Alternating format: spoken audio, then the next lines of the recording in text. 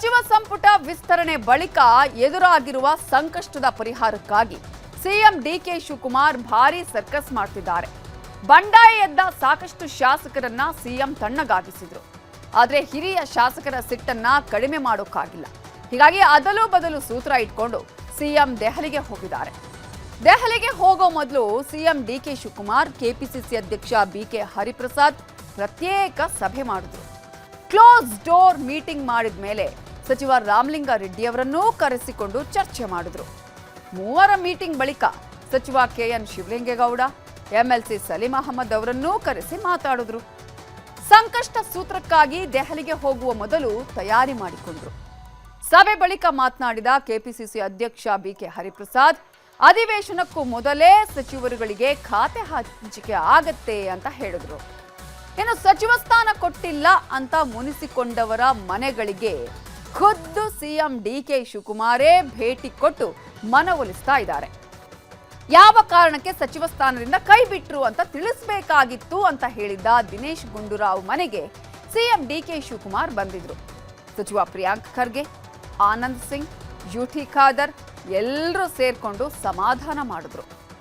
ಇನ್ನು ಮಂತ್ರಿ ಸ್ಥಾನ ಸಿಗದಿದ್ರೂ ಸೈಲೆಂಟ್ ಆಗಿ ಇದ್ದ ಹಿರಿಯ ಶಾಸಕ ಕೆಎನ್ ರಾಜಣ್ಣ ತುಮಕೂರು ಜಿಲ್ಲೆಯ ಇಬ್ಬರನ್ನ ಮಂತ್ರಿ ಮಾಡಬೇಕಾಗಿತ್ತು ಅಂತ ಅಸಮಾಧಾನ ಹೊರಹಾಕಿದ್ದಾರೆ. ಸಚಿವರ ಪಟ್ಟಿ 2ನೇ ಬಾರಿ ಬದಲಾವಣೆ ಆಗಬಾರ್ದಾಗಿತ್ತು. ಸಚಿವರ ಪಟ್ಟಿ ಬದಲಾಗಿದ್ದು ಪಕ್ಷದ ಇತಿಹಾಸದಲ್ಲಿ ಇದೇ ಮೊದಲು. ನಾನು ಹಿಂದೆಯೂ ನೋಡಿಲ್ಲ, ಕೇಳಿಯೂ ಇಲ್ಲ ಅಂತ ಹೇಳಿದ್ರು.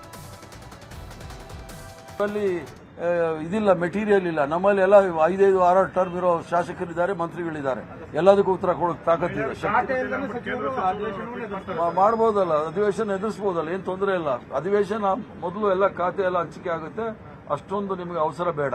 ಬಂದು ಮಾತನಾಡ್ಕೊಂಡು ಹೋಗಿದ್ದಾರೆ. ಮತ್ತೆ ಅನೇಕ ಜನ ಎಲ್ಲ ನಮ್ಮ ಪಕ್ಷದ ಎಲ್ಲ ಲೀಡರ್ಸ್, ಮಿನಿಸ್ಟರ್ಸ್ ಎಲ್ಲ ಬಂದಿದ್ದಾರೆ. ಇನ್ನು ಮುಂದೆ ಪಕ್ಷದ ಒಂದು ಕೆಲಸ ಕಾರ್ಯಗಳು ಮತ್ತು ಸರ್ಕಾರ ಚೆನ್ನಾಗಿ ನಡೀಬೇಕು, ಎಲ್ಲವನ್ನು ಮಾಡ್ಕೊಂಡು ಹೋಗ್ಬೇಕಾಗುತ್ತೆ. ಮಂತ್ರಿ ಮಂಡಲದ ವಿಷಯದ ಬಗ್ಗೆ ನಾನು ಮತ್ತೆ ಇನ್ನೇನು ಮಾತಾಡೋಕೆ ಹೋಗಲ್ಲ. ಅದು ಒಂದು ಕಾಂಗ್ರೆಸ್ ಇತಿಹಾಸದಲ್ಲಿ ಅದು ಮೊದಲನೇದು.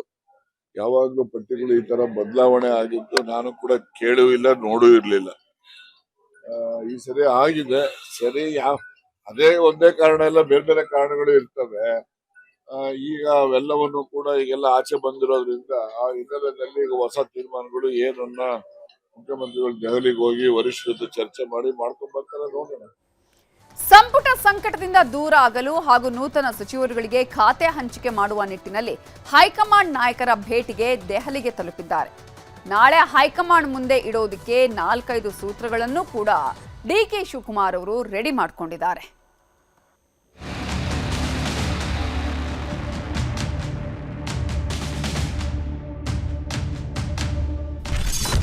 ನೂತನ ಸಚಿವರುಗಳಿಗೆ ಖಾತೆ ಹಂಚಿಕೆಗೂ ಮುನ್ನ ಕೆಲ ಬದಲಾವಣೆಯ ಸೂತ್ರ ಹೆಣೆದಿದ್ದಾರೆ ಸಿಎಂ. ಮೊದಲ ಆಯ್ಕೆ ಓರ್ವ ಒಕ್ಕಲಿಗ ಸಚಿವನಿಂದ ರಾಜೀನಾಮೆ ಕೊಡಿಸೋದು, ಆ ಸ್ಥಾನವನ್ನು ಎಂ ಕೃಷ್ಣಪ್ಪ ಅಥವಾ ಪ್ರಿಯಾ ಕೃಷ್ಣಗೆ ಕೊಡೋದು. 2ನೇ ಆಯ್ಕೆ ಕೆಎಚ್ ಮುನಿಯಪ್ಪ ಒಪ್ಪಿದರೆ ರಾಜೀನಾಮೆ ಕೊಡಿಸುವುದು, ಮುನಿಯಪ್ಪ ಸ್ಥಾನವನ್ನ ಅವರ ಮಗಳು ರೂಪಾ ಶಶಿಧರ್ಗೆ ನೀಡೋದು. ಮಹಿಳಾ ಕೋಟಾದಲ್ಲಿ ಸಚಿವ ಸ್ಥಾನ ನೀಡಿದಂತೆ ಮಾಡುವ ಲೆಕ್ಕಾಚಾರ ಇಲ್ಲಿದೆ. ಇನ್ನು 3ನೇ ಆಯ್ಕೆ ಕಾನೂನು ತೊಡಕಿರುವ ಸಚಿವರ ರಾಜೀನಾಮೆ ಕೊಡಿಸುವುದು, ತೆರವಾದ ಸ್ಥಾನವನ್ನ ಅನ್ನಪೂರ್ಣ ತುಕಾರಾಂಗೆ ಕೊಡಿಸುವುದು. ಎಸ್ಟಿ ಕೋಟಾ ಹಾಗೆ ಬಳ್ಳಾರಿ ಪ್ರಾಧಾನ್ಯತೆ ಜೊತೆಗೆ ಮಹಿಳೆಗೂ ಕೊಟ್ಟಂತಾಗಲಿದೆ ಎಂಬ ಲೆಕ್ಕವಿದೆ. ಆಯ್ಕೆ 4 ಖಾಲಿ ಇರುವ 1 ಸ್ಥಾನ ಕುರುಬ ಕೋಟಾಗೆ ನೀಡುವುದು, ಗಾಯತ್ರಿ ಶಾಂತೇಗೌಡ ಬದಲು ಬಸವರಾಜ ಶಿವಣ್ಣನವರಿಗೆ ನೀಡುವ ಲೆಕ್ಕಾಚಾರವಿದೆ.